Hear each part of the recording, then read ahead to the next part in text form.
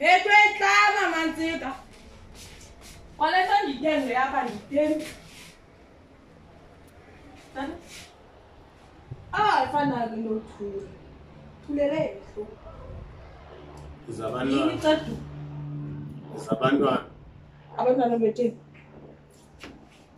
Abantwana betheni. Abantwana betheni. Izabantwana. Hayi macelo kaloku uzabantwana. Hayi wena ihlo. Uzabantwana cacisa ubuza abantwana njani? Bazaphi? Oh. Uzabantwana apha. Ngawubamba. Uzabantwana. Wona ndithethe uba ukwazi utya. Yo, nditya kabuhlungu iwasinilambile. Ulambile ne? Okay. Thina ke bangazibantwana. Sathini? Hayi, jonga apho kule ndawo apho mama apho ngoku khona laa nto lapha entsimini. Ngoku suthetha, suhlonipha kaloku le nto leni iba buhlungu ebusuku. Because uzanibiza ngegama. Izini. Hayi sibiza, ndiyakunqanda ndiyibiza. Unokuthi ndithini? Thini? Ngabantwana mani le nto iba buhlungu le nto.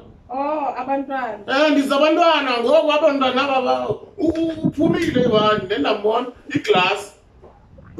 Abantwana. Hayi mama Tsari. Kuma. Yeah.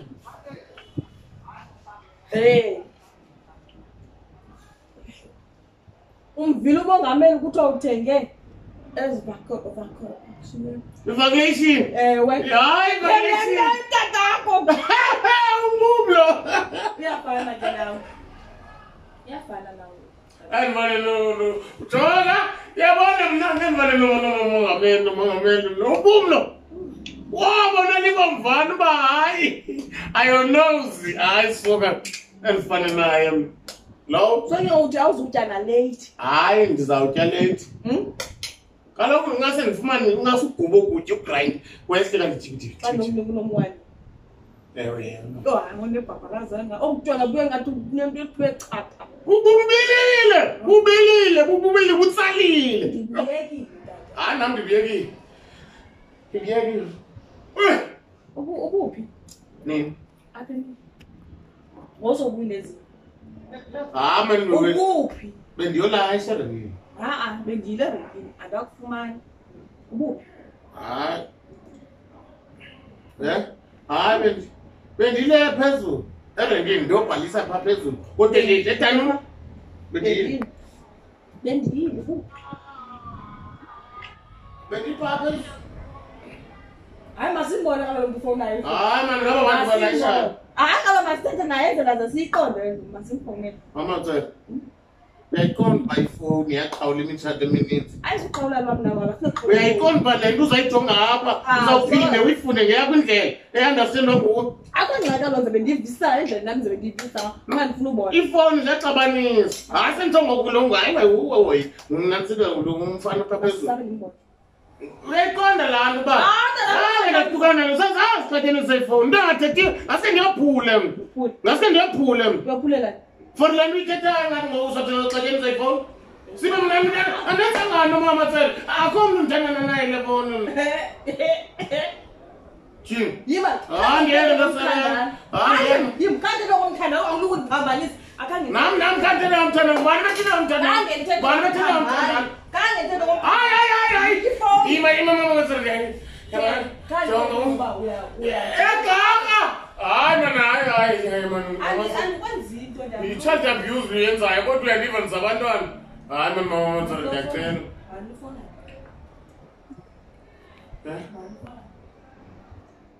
Kula mama uthengisa amagwinya erenkini man. Funani kuwe? Hayi ndendakhwela igwinya mama. Sabe zakuxoba zakuphathana ngokwami. Isa ngokwami phela lapha.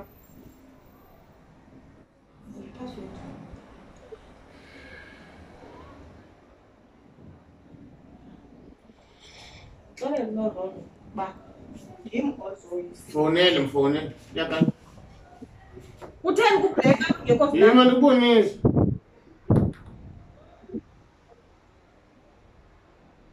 Angiyathetha. Mthenza ngokucapha. Yebo mama zakubhatha. Ofela ulapha ekuqaleni.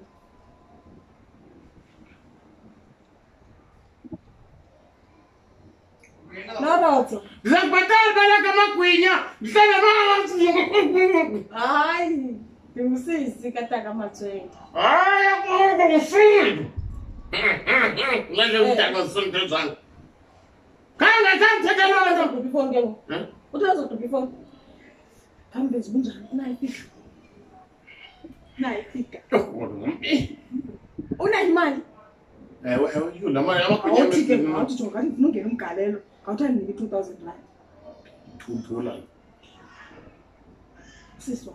Hala ulala. Ewe hayi manje. Bengokola jonga babela sithemba samani. Usister wami ufuna ukungena umgalelo we-2000 rand. So ngoku ufuna umfake apho. Ewe awuthayina ngani noma iqale kuwe iqale kuwe hayi mina ngokuthi amatyala kaloku ndim umuntu amatyala yena akanamatyala ngoku yena ufuna ungena umgalelo 2000 rand. Okay hayi samsisa ngoku ngeteksi ewe ayengxaki so sayimafuna abeyasayibhanki Kube siswelekele emva koko. Akamala singene nembutho labantu bakhe. Kodwa uzawungena nguwe mina senginamatyala sengingene deep oko nelikana nganonto ayibethe. Batata kumali. Yabashoniko. Kodwa ke into endithethayo Amatata na. Utheni ngofuna ntoni? Hayi andalo. Awusudibana naye. Hayi. Imali ke ndiyabona kaloku ndisathetha apha. Okay. Hayi kawema. Hey! Hey!